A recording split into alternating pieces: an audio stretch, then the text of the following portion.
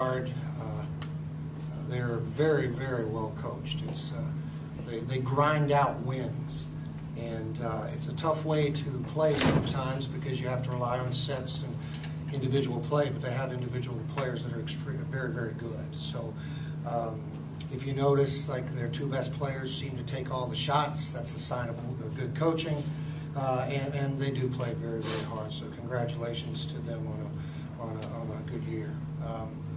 I'm awfully proud of our kids. We were 11-3, and had just beaten West Liberty at West Liberty, and then we lost to Shepherd by a couple point whatever in overtime at Shepherd. Then we lost to Glenville by 1 at Glenville, and then we turned around 2 days later and played Urbana at home and lost to them by 3.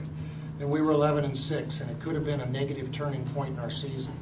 Instead, these guys refused to give in.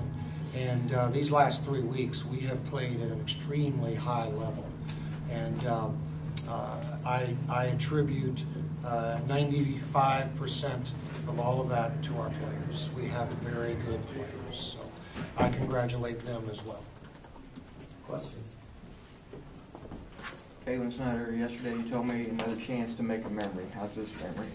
And I can also throw in now from my peer, Rick Stevens' question about becoming the school's all-time leading scorer. Pretty good day for you. MVP, Heart and Hustle, all-time leading scorer, conference championship, and his berth in the NCAAs. It's amazing. I mean, who wouldn't want to end their senior year like this?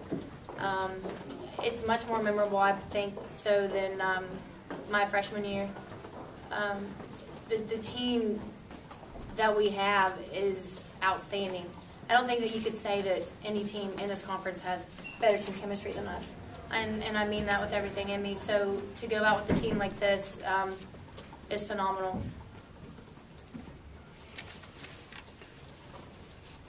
Caitlin or Haley, do you think that chemistry got solidified at Seton Hill a few weeks ago? Yeah. Yeah, that was definitely one of those games that you won't really forget, and it gave us a little bit of momentum going into this game. Haley, talk about the emotion of that Seton Hill game from a couple weeks ago and about today. I mean, whatever happened, it's in the past, you got to keep moving forward. You don't hold grudges. You just go out and you play, and it's a game. So, and I think that's what you always have to remember. It's just a game. Hey, Caitlin, did you feel like you were pressing a little bit early in the first half, taking some shot selection about iffy? And yeah, there was definitely a lot of poor shot selections on my behalf, and my teammates, they were even letting me know that as well in a positive manner. Even Coach Mack was too. I take full blame for that. I don't think that was very smart at all. Second half, I feel like we came out and we played a lot better as a team. We pushed it. I think that that's one of our keys for us pushing the ball. Good ball screens and. But yeah, I would agree with you on that. There was not very many good choices. Girls, you're down 12 early in the second half, and then I don't know what flipped it there, the switch, but you love Tiffany Nicholson because she doesn't let anything bother her, and she just keeps scrapping and playing, comes up with some steals. Hallie Gano, I thought, was phenomenal in this tournament for you guys. Bree Welch, everybody, Emily Lohr, you got it going. Tell us about that stretch, 22-4 run to take control of the game for good.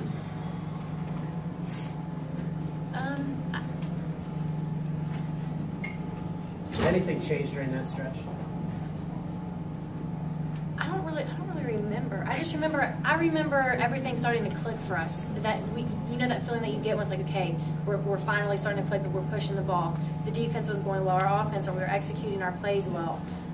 We got it inside. That was one thing that Coach Mack kept saying was get it inside, and when we did, I feel like that kind of spaced us out. We took it to him, we drew fouls, and that got us on the free throw line, and yeah, we started making shots in the second half. We weren't really hitting in the first, so we played well. Hallie did some nice things in that run. I mean, she ends up with a double-double off the bench today. You end up Haley carried us early in the second half. Hallie's been a spark for us this whole entire tournament. I mean, I've told her every game that we've been here, Hallie, if it wasn't for you, I don't know if we would have won this game. I mean, she comes in, gets aggressive plays, she takes charges. She's not scared. She plays like she's 6 foot tall. I mean, you can't ask for anything better than that, especially a sophomore, coming from a sophomore.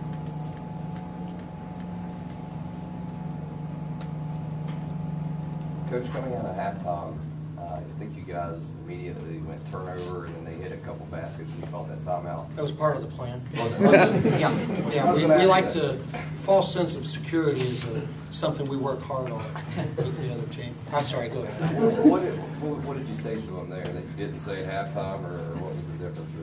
We're not, Dwayne will tell you, we don't raise our voice at halftime very often at all, ever. I mean, hardly ever. We talk about a few things we need to try to do a little bit better. I thought at halftime, the difference in the game, first half we were on our heels, second half we were on our toes.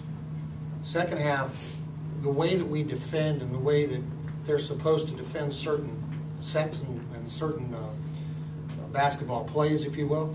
First half we didn't defend them the way we do. Second half we did. We were much more aggressive on ball screens, drives, and so forth, and that defense fed our offense. That timeout, I don't know, nothing different. I mean, it's not. You know, coaches get way too much credit. Half the time you call timeout, and momentum changes just because you call timeout. But then if you're a big-time Division I coach, you come up with some reason why you change the game with that timeout. But players play. We've got good players. They play. They win games. Mac, your third championship in 6 years. Our third championship in 6 years. Yes. That's got to make you proud. Unbeaten in championship games down here, and then the last one to win your last one down here. Yeah, as you know, maybe the rest of you don't, but when we came here in 2008, we had never won a game down here since I took the women's job, and we had been pounded and wiped out, and we won it in 2008, and that was certainly very exciting. And then Caitlin's freshman year was very, very special in 2010, but I honestly almost feel like this is the best one of all. And I can't articulate for you why I feel that way right now. It just feels very, very special. Perhaps it's because I'm a West Virginia kid. I'm from Romney, and I have a great love of the state, and I have a great love of the West Virginia Conference. So maybe there's a little something in my heart for winning the last West Virginia Conference tournament. I think that might be something that means quite a bit to me personally.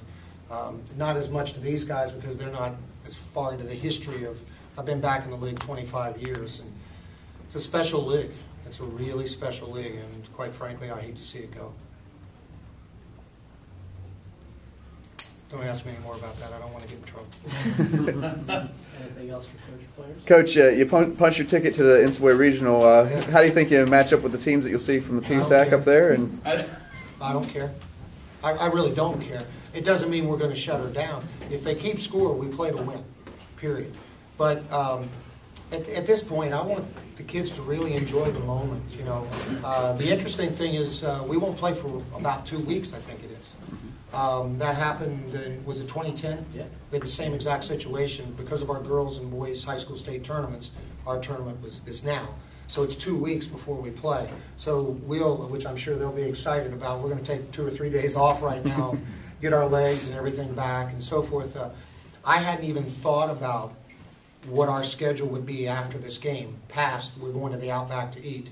They're an official sponsor of Lady Falcon basketball. No. But, you know, I really only thought about we're going to go eat and so forth, you know. So I haven't really thought about the NCAAs, but this is our 4th trip. So, you know, we've been there. We know what's going on, and we know how it works. And I absolutely think that we're a very dangerous team.